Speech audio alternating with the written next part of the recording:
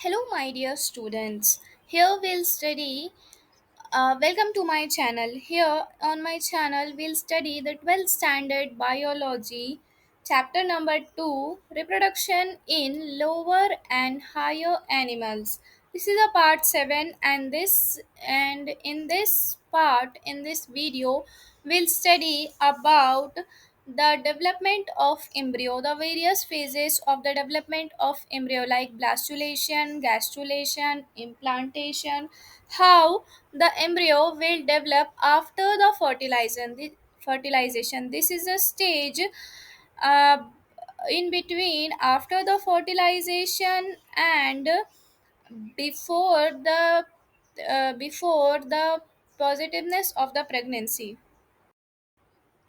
Now we'll see here about the embryo development.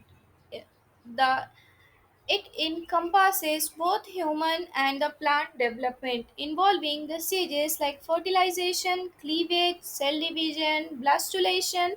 In blastulation, formation of blastocyst will take place, and then afterwards the implantation into the uterus.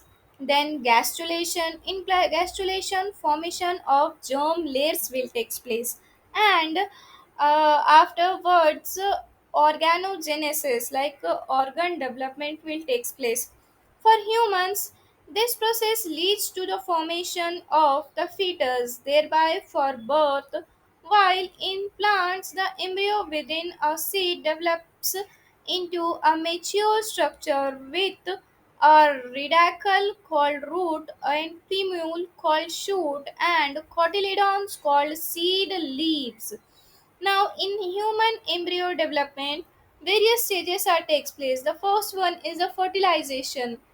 Now, what comes under fertilization? A sperm fertilizes an egg, forming a diploid zygote. Then cleavage.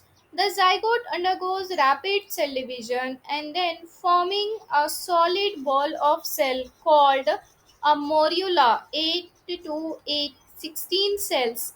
After that stage, the plastulation will take place. The morula continues to divide and recognizes into a hollow ball called blastula with an inner cell masses and a fluid filled cavity called blastocyst. Now the next one is the implantation. The blastocyst attaches to and embedded into the uterine wall called endometrium.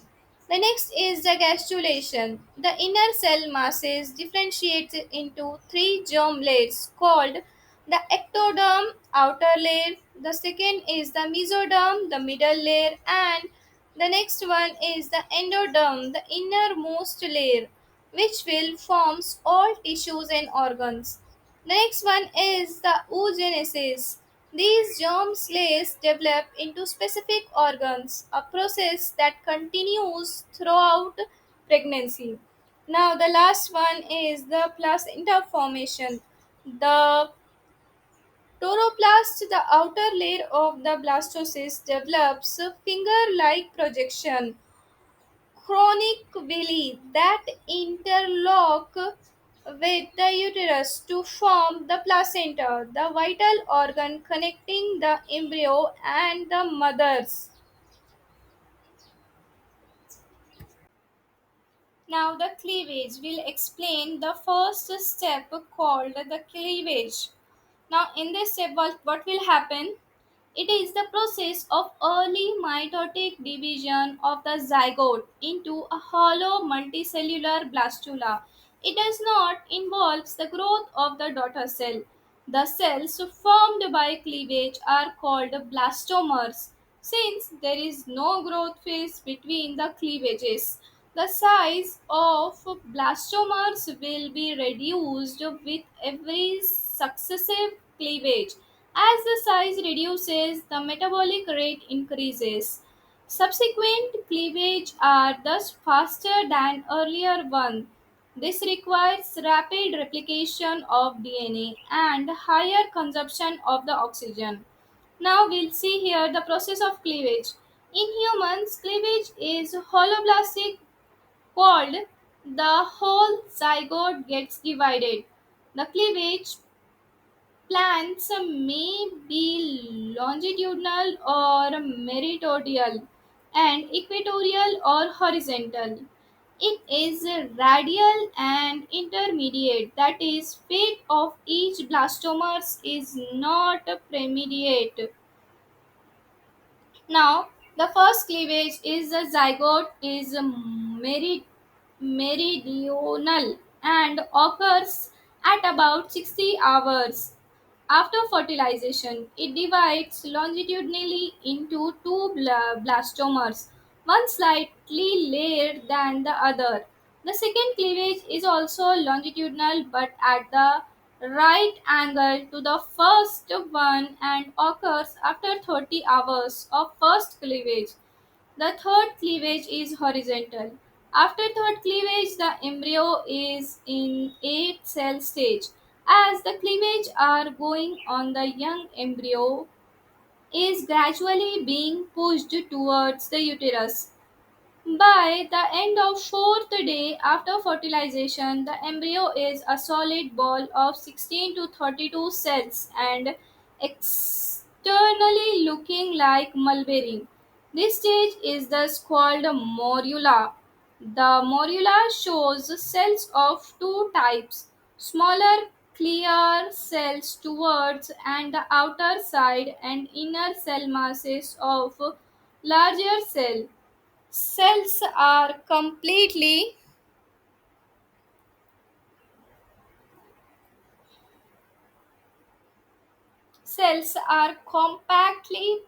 arranged till the formation of morula.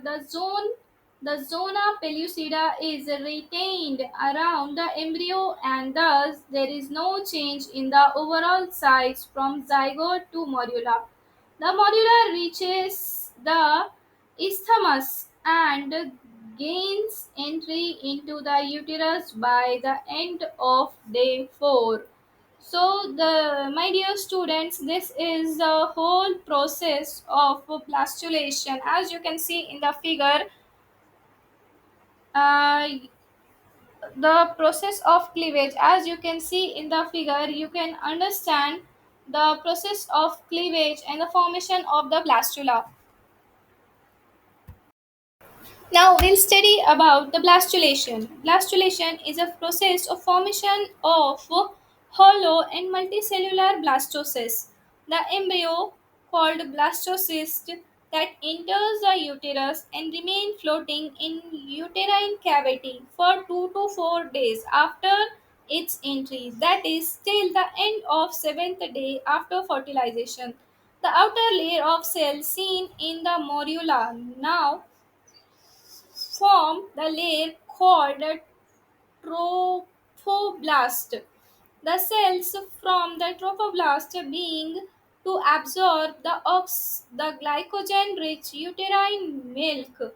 The blastocyst doubles in size from 0.15 mm to 0.30 mm, with more fluid entering inside the blastocyst cavity is formed. These outer cells become flat, are called trophoblast cell, since they help only in absorbing nutrition for the developing embryo. The inner layer cells from inner cell mass or embryoblast. The embryo proper develops from the embryoblasts. These remain attached to the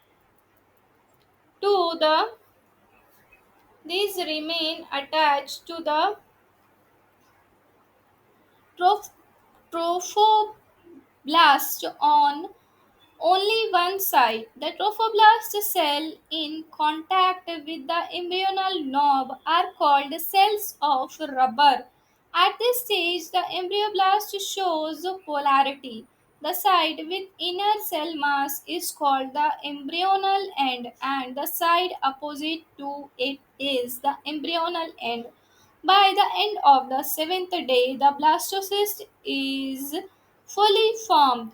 It is now ready for implantation and gastrulation. The function of zona pellucida is present in implantation of the embryo at an abnormal site. It does not expose the sticky and phagocytic trophoblastic cell till it reaches the implantation site, that is within the uterus. Hence, zona pellucida now ruptures and it is ready for the implantation. So, my dear students, as you can see in the figure, this is the whole process of formation of the blastula and the blastulation. Now, the next step is the implantation. Now, the next step is the implantation. The blastocyst, after its formation, gets implanted or embedded into the endometrium of the uterus. This process usually begins on the day 7 after fertilization, and by the end of 10th day, the embryo is completely buried inside the endometrium. The embryo usually implants in the region of the fundus of uterus. In this process, the embryo attaches itself by its embryonic pole close to the endometrium and endometrium. The blastocyst cell of the animal pole have the power to stick to the uterine wall. Rapid division of the trophoblast cell lying against the embryonal knob takes place. It results in the formation of two distinct layers, cystinoplast and cytotrophoblast. The outer layer, syncytiotrophoblast, is synchronium, that is, a layer of protoplasm with many nuclei. It gives out process with extensively involves the endometrium. The lytic enzyme secretes by the trophoblast ruptures the the endometrial cell, thereby making a burrow into which the embryo begins to get implanted. By the end of the 10th day, the whole embryo is deeply embedded into the endometrium, completing the process of the implantation. As you can see in the figure, you can understand the process of the implantation nicely. The inner layer of cell is called cytotrophoblast cells with defined membrane, since the cell retain their cell boundaries. So, my dear students, here the implantation process have been completed and the embryo is successfully implanted in the uterus. Now, the next step will be the gastrulation. Now, the gastrulation, it is the process of formation of gastrula from the blastocyst. In the gastrula stage, there is slowing of the rate of cleavage or divisions, but there are two important events that takes place actively. The first one is the differentiation of blastomers.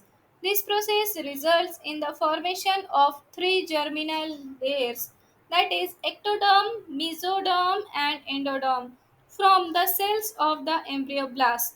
The next one is the morphogenetic movement. There are different types of movements to reach their definite place in the embryo. So, students, if you will observe the images, you can understand this process. The gastrulation begins in the embryoblast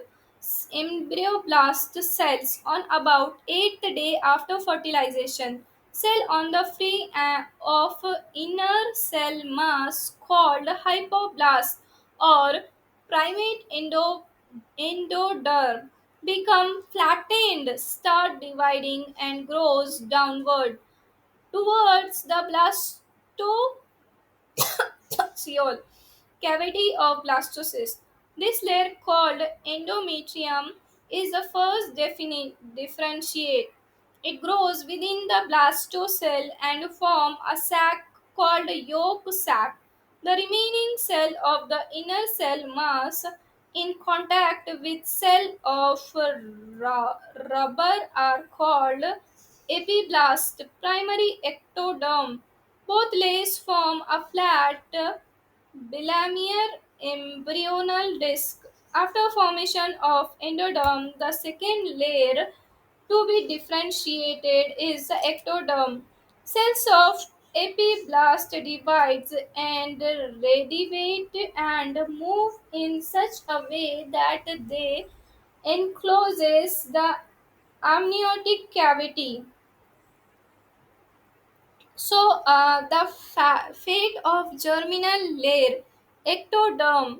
The ectoderm gives rise the epidermis of skin, hairs, and nails, sweat gland, salivary gland, mammary gland, lactonal glands, sebaceous gland, corona, lens, retina, conjunctiva, nasal epidermis. So I hope you like this video. Please like, share, and subscribe, and please do comment below. And here in this video, we have completed successfully the formation of the embryo. How the embryo will form, various stages of the embryo. So with the figure also, I have explained it. I hope you like this video. Please do subscribe and share this video as much as you can.